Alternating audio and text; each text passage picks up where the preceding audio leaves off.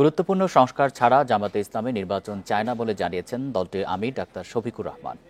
বৃহস্পতিবার দুপুরে ইউরোপ সফর নিয়ে আয়োজিত সংবাদ সম্মেলনে তিনি একথা জানান। এদিকে লন্ডনে খালেদা জিয়ার সঙ্গে সাক্ষাৎ বিষয়ে জামাতের আমির বলেন, এটি ছিল অনানুষ্ঠানিক। নির্বাচনের তারিখ নিয়ে কোনো আলাপ হয়নি। বান্ডেল থাকলে প্রতি সেনমানিতে টাকা বাঁচবে। বিকাশ সেনমানি বান্ডেল কিনে জিতুন প্রতি লেনদেনে। ইউরোপের বিভিন্ন দেশ সফর শেষে বৃহস্পতিবার দুপুরে গুলশানের হোটেল ওয়েস্টিনে গণমাধ্যমের মুখোমুখি হন জামাতের আমির ডাক্তার শফিকুর রহমান। জানান, সফরকালে দক্ষ জনশক্তি, জলবায়ু উন্নয়ন ও রোহিঙ্গা ইস্যুর সমাধান সহ নানা ইস্যুতে ইউরোপীয় অংশীজনদের সঙ্গে আলোচনা হয়েছে। জামাতের আমির বলেন, নির্বাচন প্রসঙ্গে প্রধান উপদেষ্টা যে সময়ের কথা বলেছেন সেটি গ্রহণযোগ্য। তিনি বলেন, দৃশ্যমান গ্রহণযোগ্য মৌলিক সংস্কার ছাড়া সুষ্ঠু নির্বাচন হবে না।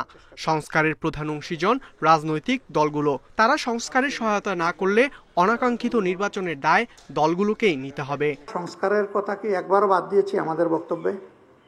কখনো কি বলেছি যে আপাতত সংস্কার দরকার নেই? অথবা কখনো কি বলেছি যে গুরুত্বপূর্ণ সংস্কার ছাড়াও এই নির্বাচন হতে পারে?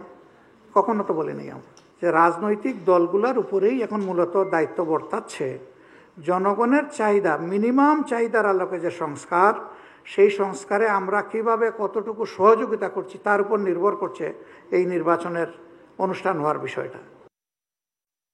এদিকে লন্ডনে বিএনপি চেয়ারপারসন খালেদা জিয়ার সঙ্গে সাক্ষাৎ প্রসঙ্গে জামাতের আমির বলেন, একজন অসুস্থ সহকর্মী হিসেবেই তাকে দেখতে গিয়েছিলেন তিনি। আমিরকার রাজনীতিতে যে দ্বন্দ্ব, সেই তুলনায় বিএনপি জামাতের বিরোধ তেমন কিছুই নয় বলে দাবি তার। আমাদের ভিজিটের মেইন পারপাসটা ছিল একজন অসুস্থ সম্মানিত সহকর্মীকে দেখা।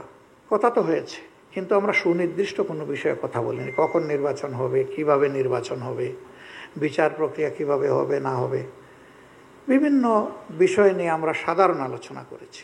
ওইটা ডিসিসিভ কোনো ডিসকাশন ছিল না। রাজনৈতিক মতপার্থক্যকে স্বাগত জানান জামাতের আমির, কিন্তু তা যেন মতবিরোধে রূপ না নেয় সেদিকে সজাগ থাকার আহ্বান তার। আবার যদি এর জন্য আরেকটু সময়ের প্রয়োজন। ইকরামুল কবির, ইন্ডিপেন্ডেন্ট নিউজ, ঢাকা।